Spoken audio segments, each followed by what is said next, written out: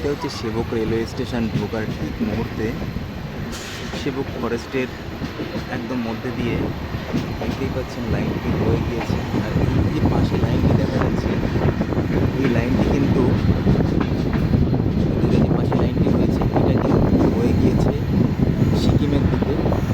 তারই কাজ চলছে এবং কাজের অগ্রগতি অনেকটাই এগিয়েছে।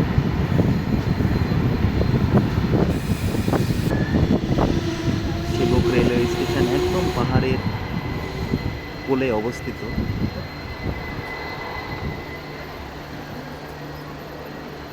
আর কয়েকদিনের মধ্যেই সেবক থেকে সিকিম যাওয়া যাবে। তারই যে মডার্নাইজেশন বা আধুনিকরণ সেটার কাজ কিন্তু চলছে।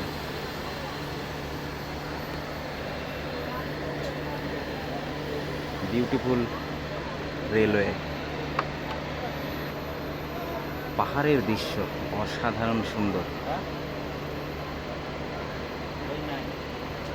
পাহাড় দিয়ে ঘেরা রেলওয়ে স্টেশন, সেবক রেলওয়ে স্টেশন।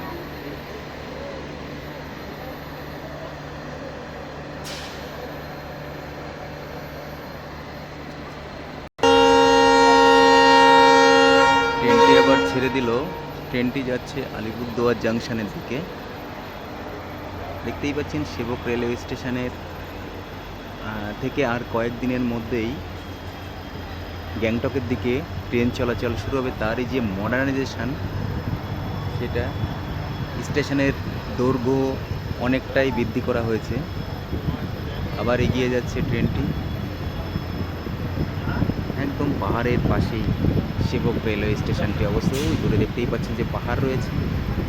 এই দেখুন, সুন্দর করে মডার্নাইজেশন করা হয়েছে।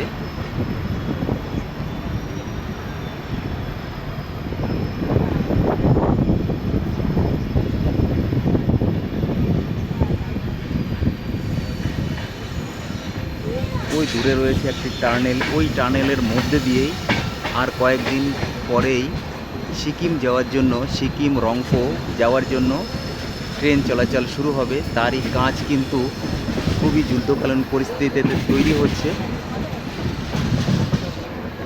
দেখতে দেখতে সিকিম সেবক রেলওয়ে স্টেশনটি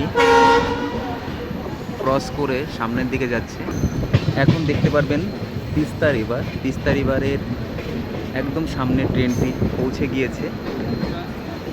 এটা হচ্ছে রেলওয়ে গেট।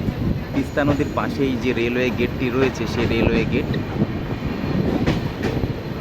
আর এই দেখুন, তিস্তা রিভার শুরু হয়ে গিয়েছে। এটা হচ্ছে তিস্তা রিভার।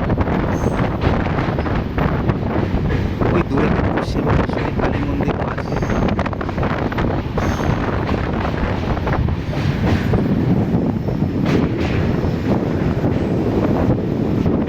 ট্রেনটি ধীরে ধীরে আলিপুরদুয়ার জাংশনের দিকে যাচ্ছে। ট্রেনটির নাম ছিল ভিস্টাডোম এক্সপ্রেস।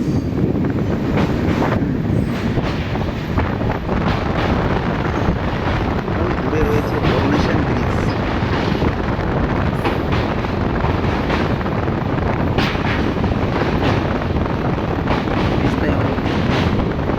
তিস্তায় এখন জল অনেকটাই বৃদ্ধি পেয়ে গিয়েছে।